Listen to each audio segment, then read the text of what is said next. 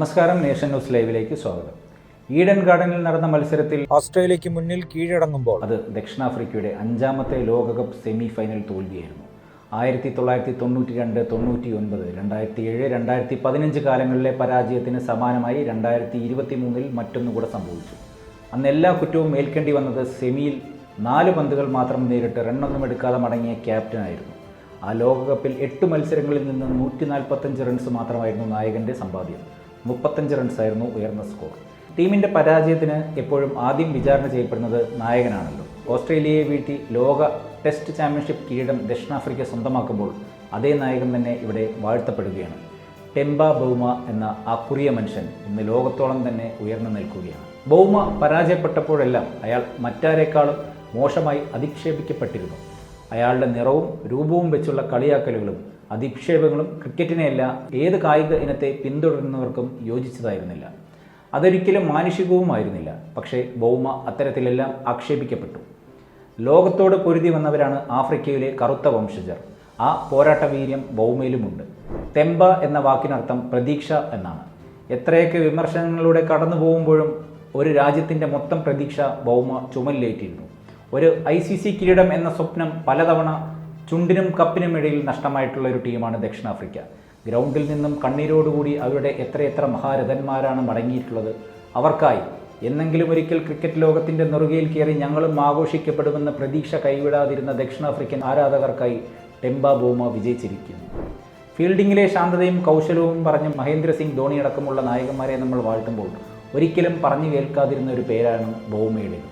എന്നാൽ അയാൾ എത്ര മികച്ച നായകനാണെന്ന് തെളിയിച്ച മത്സരം കൂടിയായിരുന്നു ലോക ടെസ്റ്റ് ചാമ്പ്യൻഷിപ്പിലെ ഫൈനൽ. ടീമിന് വേണ്ടി എന്തും സഹിക്കാൻ തയ്യാറായ ഒരു നായകൻ. കഴിഞ്ഞ ഏകദിന ലോകകപ്പ് കളിക്കാൻ ഇറങ്ങുമ്പോൾ 100% ഫിറ്റായിരുന്നില്ല ബൗമ.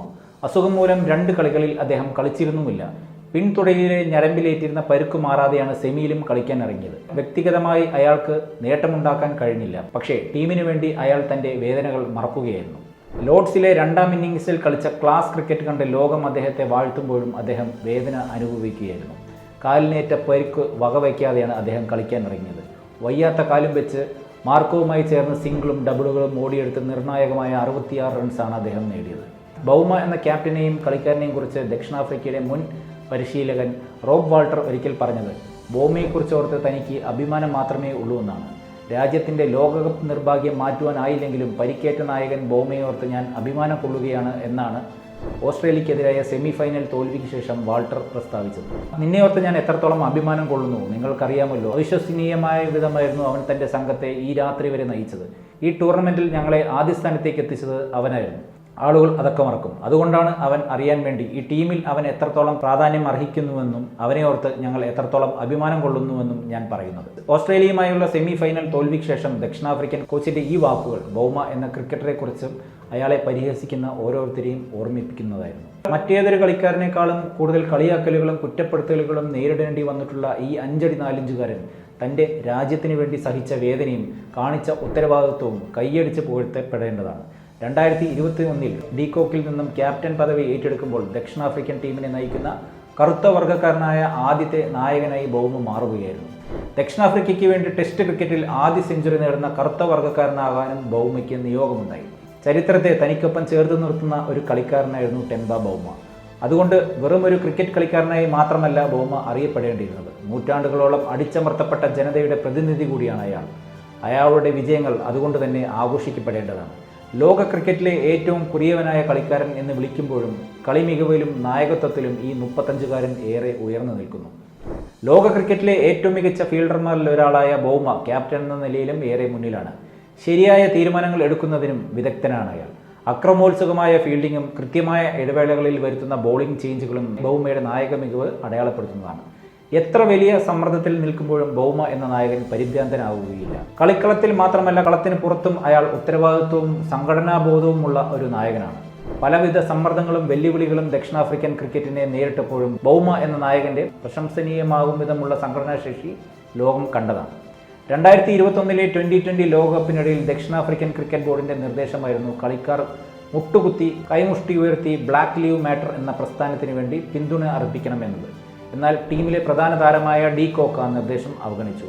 അന്ന് ടീമിൽ പടലപ്പിണക്കം ഉണ്ടാകാതെയും ബോർഡും ടീമിലും തമ്മിൽ തർക്കം ഉണ്ടാകാതെയും നോക്കിയത് നായകനായിരുന്ന ബൗമയായിരുന്നു.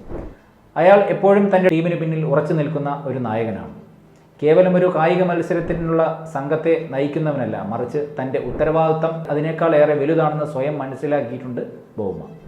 ഇതുവരെ തന്നെ പോലെയുള്ളൊരു നായകനെ ദക്ഷിണാഫ്രിക്ക കണ്ടിട്ടില്ലെന്ന് അദ്ദേഹത്തിന് അറിയാം. അങ്ങനെയുള്ളവർക്ക് അവരുടെ പ്രതിനിധിയാണെന്ന് അറിയിക്കുവാനും ഒപ്പം മാതൃകയാകാനുമുള്ള ഉത്തരവാദിത്വ ബോധവും ബൗമയ്ക്കുണ്ട്. വിജയിക്കുമ്പോൾ ഒപ്പം നിൽക്കുകയും പരാജയപ്പെടുമ്പോൾ കുറ്റപ്പെടുത്തുകയും ചെയ്യുന്നത് പതിവാണ്. റൺസ് നേടാത്തതിലും ടീം തോൽക്കുന്നതിലുമെല്ലാം തെമ്പ ബൗമ എന്ന നായകൻ ഒരുപാട് കളിയാക്കപ്പെട്ടിട്ടുണ്ട്, കുറ്റപ്പെടുത്തലുകൾ കേട്ടിട്ടുമുണ്ട്. എത്ര കല്ലേറ് കൊണ്ടാലും അയാൾ ഒരു പരാജിതനായ മനുഷ്യനല്ല. ഇന്നത് കാലം തെളിയിച്ചിരിക്കുകയാണ്. പേരുപോലെ തന്നെ അയാൾ ഒരു രാജ്യത്തിൻ്റെ പ്രതീക്ഷയാണ്. ഇന്നത്തെ വീഡിയോ നിങ്ങൾക്ക് ഇഷ്ടമായെങ്കിൽ വീഡിയോ ലൈക്ക് ചെയ്യുവാനും ഷെയർ ചെയ്യാനും ചാനൽ സബ്സ്ക്രൈബ് ചെയ്യാനും മറക്കരുത്. മറ്റൊരു വീഡിയോയിലൂടെ വീണ്ടും കാണാം. നന്ദി, നമസ്കാരം.